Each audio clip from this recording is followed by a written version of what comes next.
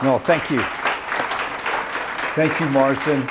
And truly a privilege to be with Marsden, Katie, Suzette, the other folks that have participated both as speakers, presenters, and also students of this tough subject. So thank you. I would like to take my jacket off. Is that okay? My wife, Lorena, who may not be here, she said, Tom, you've got to wear a jacket. And the reason that I'd like to take it off is because to me, we're all in this together. It's not the medical profession. It's not the neurologists. It's certainly not the drug companies. If I speak, in a way that is potentially, difficult, I want you to know that it's truly from the heart, and I truly believe that we have to change the culture of Alzheimer's disease. We have to add to it a priority first and foremost of prevention. So let's go ahead and see. Thanks to my daughter Chandler, Plant-Based Utah, who represents Plant-Based here today as a manager. And we love the Lynden Legacy Foundation, the compassion that defines this wonderful organization. So should we dim a few lights? What do you think? Sure. Maybe just so these slides are a little easier to see. And if anybody has a question, an interruption, a rudeness that they'd like to express, or a kindness, please just raise your hand, because this is not meant to be professorial, didactic in any way. But what's happened is that our hospitals and our doctors, maybe this is why I wanted my jacket off, we've had the white coat, and that has not helped. We don't practice prevention. On the other hand, we, the patients, we, the folks, we keep looking for what it is. We're not going to get it from our very difficult to even schedule an appointment neurologist. Well, that'll be too late anyway, so we've got to take charge. I changed my practice from knee surgery to knee surgery and preventive health about 25 years ago, because I could see this burning problem. Our profession does not embrace prevention. I'm really happy to have a couple of PA colleagues that are here today. We haven't been working the last couple of years because I've stepped out of the surgical theater, but we kept seeing this. At the time I would do a knee implant, we'd see this 62-year-old female who loves her carbs and sugar. Her inflammatory score, 8.2, is well above the very limits of high normal. And this is what her tissues look like when I do the knee replacement. And so, wait a minute, here's a same age woman in her 60s, and she has low inflammation throughout her body. And wait a minute, it went from this strawberry jam to this 0 level of inflammation. Well, wait a minute, that's a pattern that has defined every single patient that we've ever encountered. It's defining each one of us today. This isn't an exception to the rule. Inflammation will cause this accelerated aging, pain, arthritis. It'll contribute to the risk of dementia, heart disease, kidney disease. And so I moved, to all facets of preventive health, and obviously the human brain ends up being the most important place to which we should focus our knowledge, our attention, our passion. The human brain has 100 billion neurons, each connected to 10,000 other neurons. Think about it, each brain cell connected to 10,000 others. Wait a minute, that's almost hard to believe. And sitting on our shoulders, as this leading theoretic physicist Michio Kaku has stated, gives us, each one of us, the most advanced object in the universe ever. Let's say known universe, but I'm saying that that's our universe. And here it is, we don't even appreciate it. It's only 2 to 4 pounds, 2 or 3 pounds, and it has this amazing brain wonder called the skull. And you can see here on this photograph how the skull has not just the outer table, the inner table, but has this magnificent spongy bone. Nothing is protected like what you might term in med school as your squash. This is you. This is your personality, this is my spirit, this is your soul, this is your passion, this is your good habits, this is your bad habits, this is your customs, this is your relationships. It all starts, whether you're holding a pencil or thinking some profound thought, it all starts from here. This is how it occurs. I'm here because this is here to be with me today.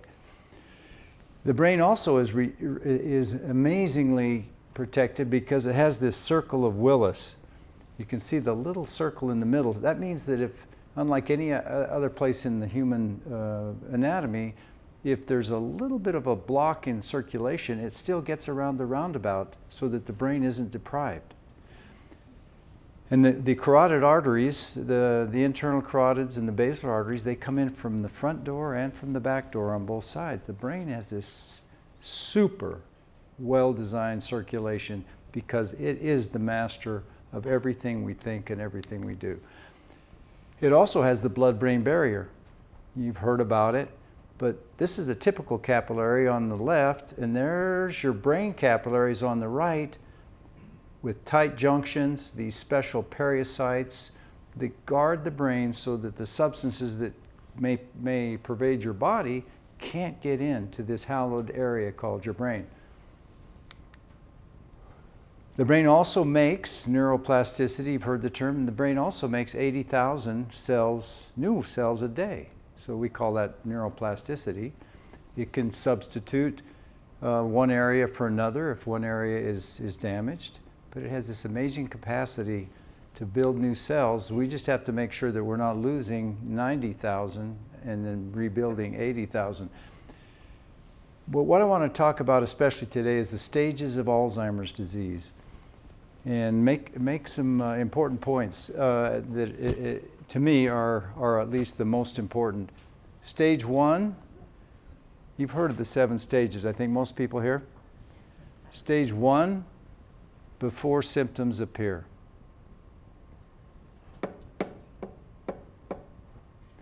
Stage 2, basic as I forget, basic forgetfulness. We all have it. So we're already to stage 2. Stage 3, noticeable memory difficulties. Stage 4, more than memory loss. Stage 5, decreased independence. So this is probably, stage 5 is probably when most of the people that we've been caring for today, that's when we recognize that that's where they started with Alzheimer's or dementia. Stage 6, the severity of symptoms, and stage 7, the lack of physical control. So remember, stage 1, 2, and 3, those are we can't do much about 5, 6, and 7. Got to do something about 1, 2, and 3.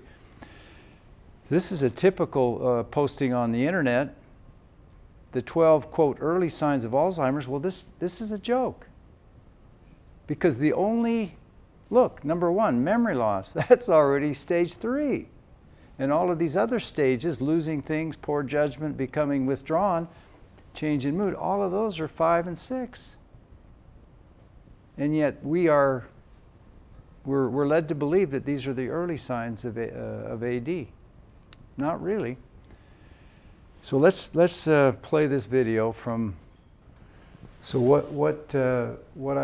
my impression, I don't, you're free to make your own conclusions, but these are all beautiful people, intelligent people, advanced thinking and warm people who were unsuspecting of the risk of Alzheimer's in their family, their immediate family, and they too may have stage 1, 2, or 3 Alzheimer's. So they're even unsuspecting of themselves. I can see some of the health signs in a couple of these people that suggest that maybe they too are, they are harboring inflammation. they may not be practicing the prevention that's required if we are to successfully avoid dementia. I'm going to play another video, and then I won't, but this video is pretty interesting. I hope we have colleagues at Plant-Based Utah that have come to Park City from the Cleveland Clinic. Dr. Esselstyn is an international leader who's reversed coronary artery disease through a plant-based diet, and he's recognized worldwide for this accomplishment. And Essie, who he's known by, is probably 80, 82 by now, but he's in the, you know, you would never know it. But this comes from his institution, the Cleveland Clinic, and I'd like to get your impressions. So the reason I like this is, yeah, it needs to be revalidated by other researchers, but it gets us thinking. It gets us you know, we don't have to have a functional MRI or a PET scan. We can start thinking about the risk or the emergence of early Alzheimer's by the peanut butter test. You know, I was lucky enough to have this test conducted by my daughter a couple of days ago, and sure enough, I was very happy to be 17 centimeters on both sides. So, why? One of the real misleading, even, you know, one of the great deceptions, let's say, is the research and the opportunity that we might be able to prescribe drugs. I think most of you are aware now of how futile that has been. 99.6% failure rate. There are 2 drugs that I'm aware of. Aricept was one of my best friends, was treated with Aricept. It was released, but it was not released in Great Britain because the evidence was so flimsy by which the FDA released it here. It made Keith very sleepy, and it led to other disabilities, side effects. The newest drug is Aduhelm. You've probably heard about that, but the medical reviewers basically marched off the job in protest because this drug was released. And this is a drug that alone, priced at a whopping $56,000 a year, has already contributed to, you know, breaking the Medicare bank. So how crazy is the late treatment, and how I'm familiar with the FDA and how infiltrated it is by Big Pharma. And I wish I could say it better, but you really can't trust the FDA, particularly in this day and age. They're very, very, very close to politicians, equally on the right and equally on the left. And, you know, they've got it covered. If it's a Democratic administration, they've got those senators and representatives well financed by Big Pharma in their campaigns. Same thing with the other party. So, these are not drugs for dementia. These are drugs that are just used for everything. But I remember receiving a health newsletter about 20 years ago, and they listed all of the drugs then that were known to reduce or compromise memory, and it filled up 2 pages single-spaced. And we now have so many drugs that are used, and, you know, by which the pharmaceutical companies compete one with another, kind of like Ford and Nissan, or, you know, Chevy and Toyota. But all of these drugs, cholesterol drugs, seizure, depressant, narcotic, Parkinson's, hypertension drugs, incontinence drugs, let's say for someone who can't, you know, has to get up to urinate during the opera, antihistamines that you're familiar with. All of these drugs are associated with memory loss. Well, that's our #1 goal, is not to lose memory. So what is the future? The brain probably doesn't like these drugs. Why would it accept, why would it want to give up its God-given memory, natural memory, easily? But this category of drug, the statin drugs that have been prescribed so frequently, one of our astronauts, basically taking a statin drug, suffered global amnesia. He lost his total memory for a period of time and founded a nonprofit to educate us all that the statin drugs seriously have serious side effects related to memory loss, and yet so many of we physicians have prescribed statin drugs as if it was the next latest and greatest aspirin or ibuprofen. But look, the researchers have found that 90% of the patients who stopped statin drugs reported improvement in cognition. So so what are we going to do to prevent Alzheimer's? Well, you've got this brain on the left, that brain on the right. On the problem side of the ledger, though, we live in Utah.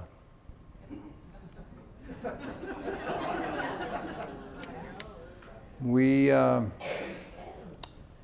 sometimes in other states we're referred to as Utards. I don't know if you've heard that one. It's a true story. But by far the biggest sugar consumption in the world is guess which country? Good old US of A. Germany and Netherlands neck and neck to see who's second. That's that Black Forest cake. Well, of the states in the United States, which state is easily the headliner for the most sugar? Us? Utah. Yes. I remember a patient I treated years ago. She said, "Tom, I'm the regional manager for Snickers, and we have 3 times the national consumption in Utah." But that was a long time ago, before other sugar opportunities were created. I don't know where Snickers is now. But Utah #1. Well, it's not going away, guys.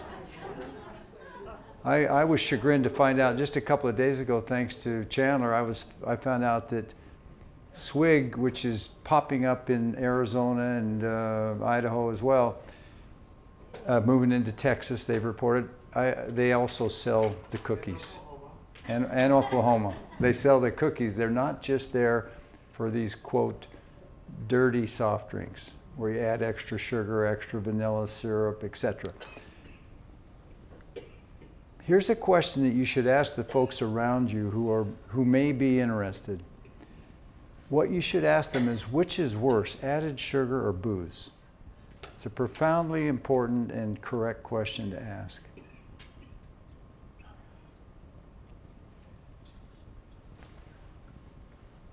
Takes longer to see what the effects of added sugar are. Obviously, you know, you can get woozy on a couple of drinks, alcohol, but which is really worse? And increasingly, researchers and myself included, not necessarily as a researcher, but we're referring to Alzheimer's as type 3 diabetes because it's 4 times more prevalent in our type 2 diabetic patients as they age. We can't let type 2 diabetes evolve poorly either. Now, on the other hand, I work in the People's Clinic in Park City, and 48% of our patients are found out to be diabetic currently. So, Dr. Benny, in the world of medicine, I put you on a pill, see you back every 3 months. That's how we make our money. Put you on a plant-based diet and you get better, I may never see you again. So when it comes to nutritional basics, #1, and this is what we found with our patients over the years, #1, weed out what isn't healthy. So many people say, I've found that I just love kale and broccoli, but it's what they're. Had one couple came in one day and she had a wonderful score. Some of you had your plant-based index measured today. He had one that was significantly inferior. And he said, "Well, Debbie, I eat just like I eat everything you do." And she looked at him in the eye and she said, "Byron, it's your cookies." Weed out what you know you shouldn't be eating. It's not healthy. And it's not just, whether you're going to gain weight, it's whether you're going to develop these degenerative diseases of which dementia would be maybe number one. Anti-inflammatory foods.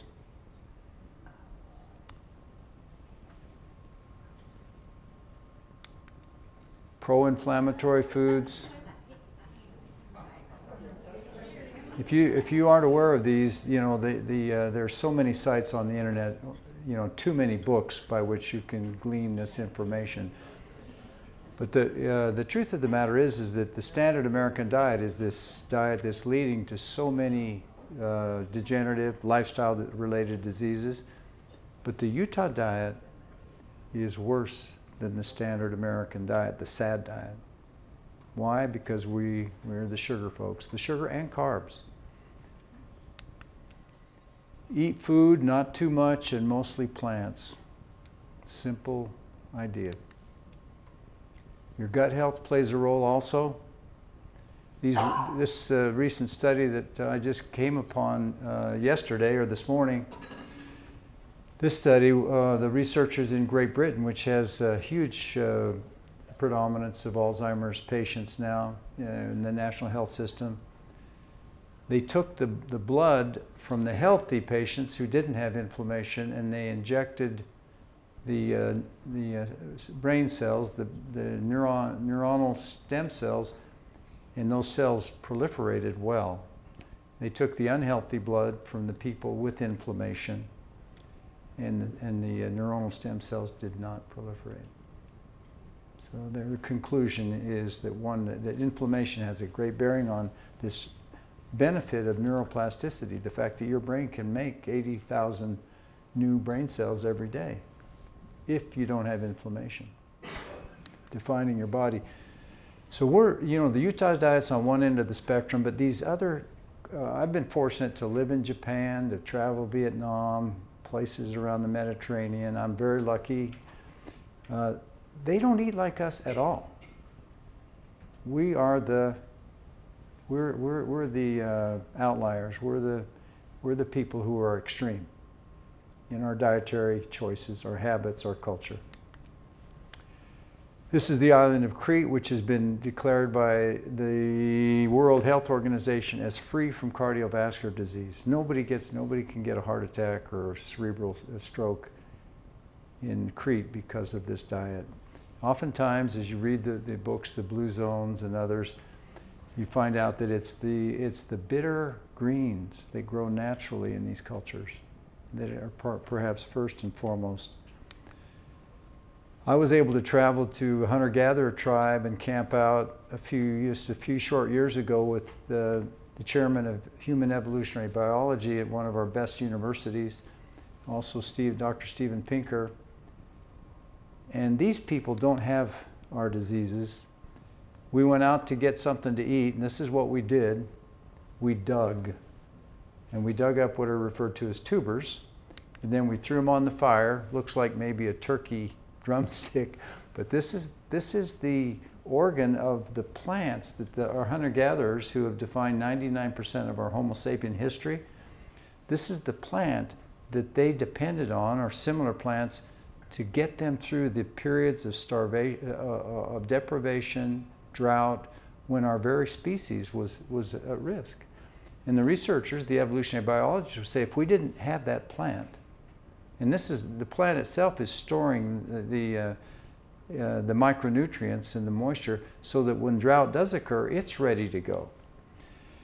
But the hunter-gatherers have learned to eat this plant, and obviously they're 90+% plant-based. They don't, you know, they rarely, researchers suggest that they should be called the gatherer-hunters, because it's the women gathering who have allowed us to survive, not the men hunting.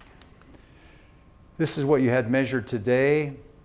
Many of you hopefully, and the number one risk factor, if your score is low, cognitive decline. The exercise basics, you all know, not to go into detail, but number one is daily. You know, as I get older, 1 year older than Marsden, who just rode cross country on his motorcycle nonstop, but when you get to be 60 and beyond, you're not exercising, you're restoring your body. I really prefer the word, I think I'm going to go restore myself. I'm not going to go, that's a positive idea.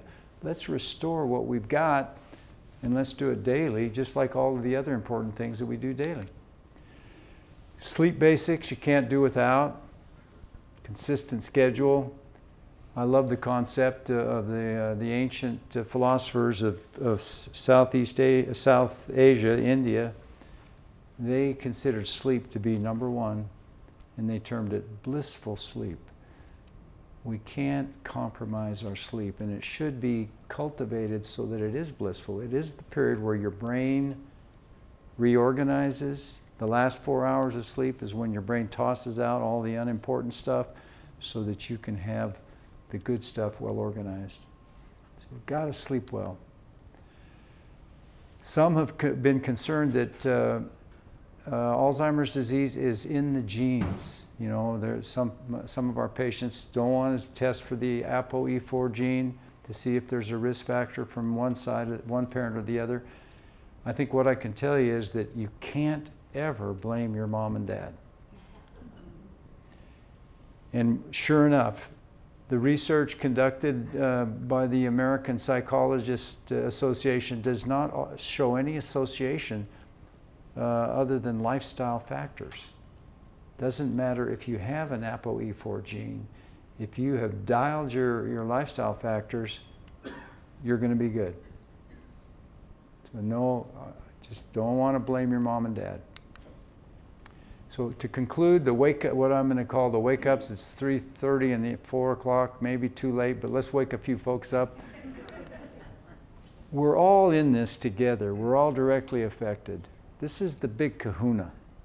This isn't the coronary artery with, some of the folks here have already had their coronaries bypassed and they're skiing, snowboarding out to like there's no tomorrow. They've got it all back.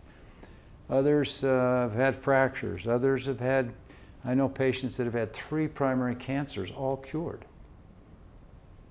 They keep getting another one, and a different one. But this one doesn't go away.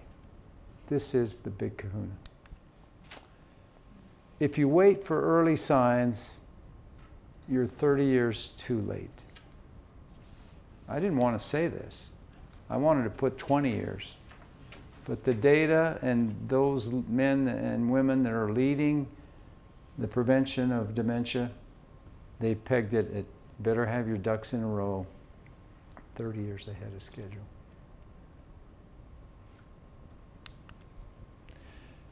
To me, if there's one slide I'd like you to take home, it's this slide right here. I wish I had a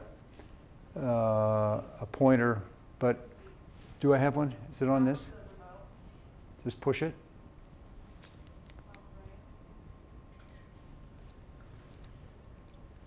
Top right. Connect. Oh, wait. This one. That one. That one? Okay, let's see if that will work. Battery, I don't know if it's going to work. Is it still on?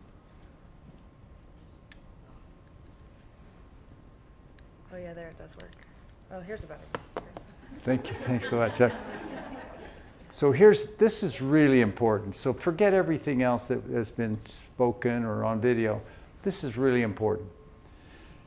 Okay, so this is the capacity, physical and mental, that you acquire. Notice it peaks at about 30, a little bit beyond. That's about when, this is John Stockton about right here, and this is maybe Tiger Woods is now over here. But it turns out that there are 2 ways to go. In our clinic, we actually created t-shirts for our patients, and on the front it said healthgevity. Another term would be health span. It's not about lifespan. It's not about longevity. It's about health span and healthgevity. I think when we reserved that word on GoDaddy, we had to put a hyphen in the middle because somebody else had it without a hyphen. But anyway, here's what happens.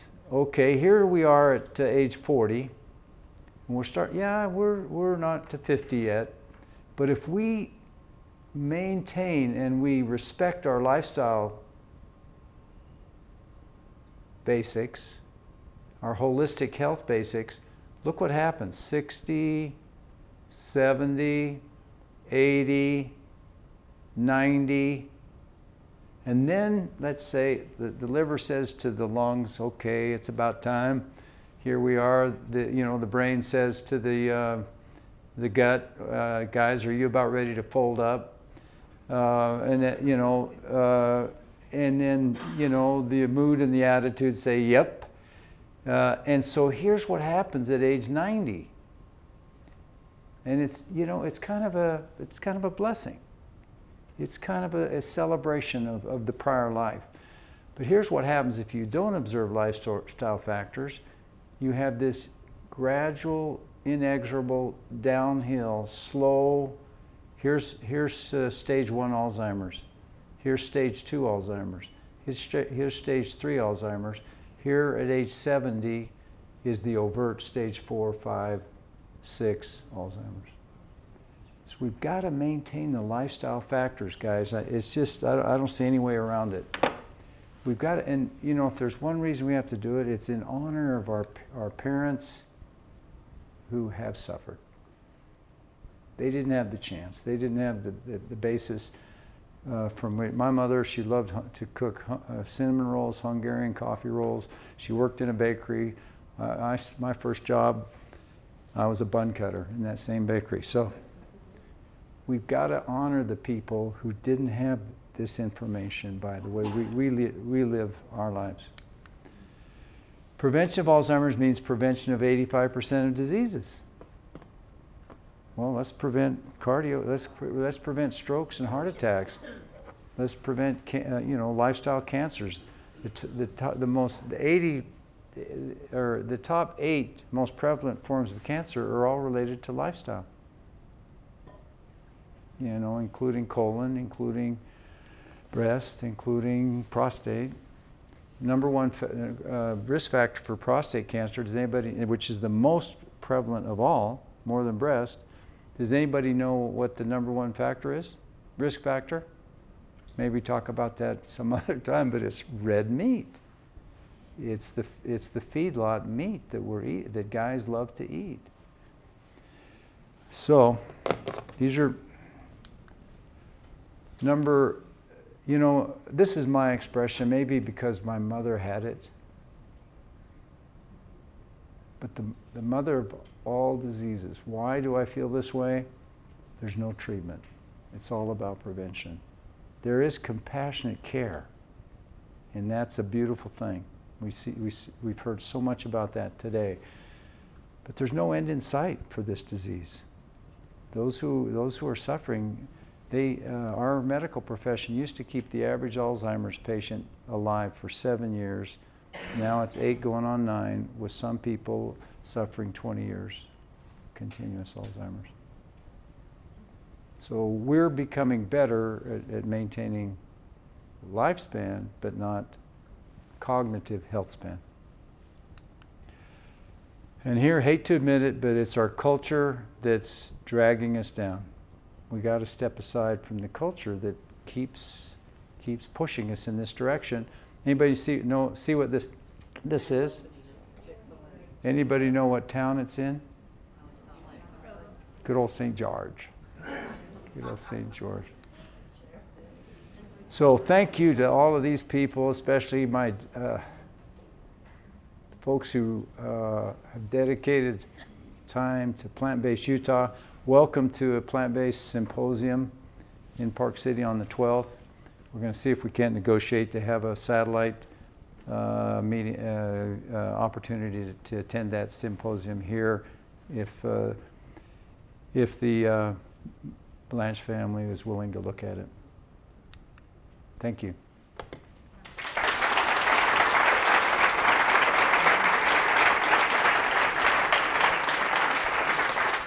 Okay. Do we have time for one burning question, Marsden, or what do you think? A couple of questions? Yeah. Till 4 o'clock maybe, or not? not a minute beyond. Does anybody have a question? Please. I just barely arrived, so have you talked about CBD ointments? No, not to my knowledge. Okay, I read last night that 2 women on Shark Tank got funded by all the investors because they can't have a CBD gummy, I read about one man with Alzheimer's. In a month, his mind was clear. Have you heard about that at all? The CBD gummies? No, it's very interesting. Believe it? I don't. And I don't, because there is no magic bullet. And there have been so many magic bullets that have been thrown at us in the past, including, the drugs that are so expensive that don't work, that have been, the basis for, millions and millions and hundreds of millions of dollars of research. And Shark Tank, I don't know enough about the show. Anybody else, please?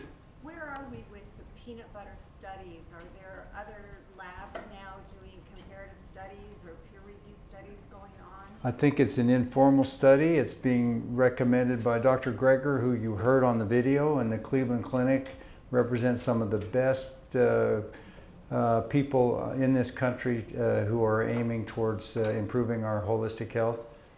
And so I think it's interesting. It needs to, it'd be nice to be able to do a study. Right now, I think its value is get people interested, get people thinking, so that they don't feel like they have to be passive. Question? Define more what inflation is all about. Inflammation? Yeah. Well, acute inflammation is when you cut yourself or you sustain a fracture, and the inflammation is the trigger, the body's trigger to signal the healing cells, the healing proteins, the facilitators, so that the injury will mend. But in our society, it's now a situation of chronic inflammation, predominantly from diet and lack of exercise, and also from being we've become, I don't know if you realize it, but we're now 70% overweight and obese. And I thought we were going to move it in the other direction. Some scientists are saying that the chances that we'll solve the obesity problem the chances are less than the chance that we will all be obese. And the extra layers of fat that define our generation are an inflammation furnace for the whole body, and raises blood pressure, adds to sticky clots and disease on the inside of our blood vessels, shortens the life of our brain cells. And so inflammation, when it's chronic because of diet and absence of adequate exercise, it collects like the slide I showed you, the one knee that had the strawberry jam. That collects not just on that knee, that's in the other knee, it's in the hips, it's in the back, it's in the retina, contributing to macular degeneration. So all of those things, more and more, you can measure inflammation. You can ask your physician if you're not taking a couple of different drugs that would interfere, but you can ask for a high sensitivity C-reactive protein test, and I think it's the most important test right now, besides the nutritional test that some of you had today. But inflammation is the big enemy when it's chronic. What did you call that test? C-reactive protein. Yep, sir. Yeah, for pretty much all of our history, the history of medicine, we have had an enormous therapy bias as opposed to a preventive bias. That's built into our system. Do you see that changing? I mean, this is very optimistic. It won't change. Big Pharma has got its hands everywhere into the political system, and it's got its arms into the FDA. It's got the hospitals, the pharmacies, the money talks. It's part of what some younger generations are calling consumptogenic capitalism. but our culture, our economy is dependent on it. And so, what's the answer? Well, are people recognizing? Take charge oneself. Just like the folks in the cartoon. You can't. The establishment isn't going to save us. I've been hoping that for 40 years, but the trends aren't, like you say. The trends have not been particularly good, and it's at the expense of cognitive decline, because there's no money in preventing cognitive decline. You know, I'm not paying anything for, you know, my exercise and my plant-based diet. I mean, I'm just trying to save the money to buy the blueberries. I'll just take one more question. Yeah, is there time? Yeah, anybody have a final question? One more. Just one. Please. So my aunt has early onset and she's 59 and it seems like she's in the later stages. Does that just mean that like the warning signs started sooner and we all just missed it? She had the same progression, or Well, that's a good question. Often Alzheimer's is differentiated into early onset and late onset after, let's say, 65. And early onset is a different situation. It may not be preventable, similar to what we're talking about. It may have something to do with exposure, toxic exposure, or perhaps genetics. Truly. So, good question. Thank you very much.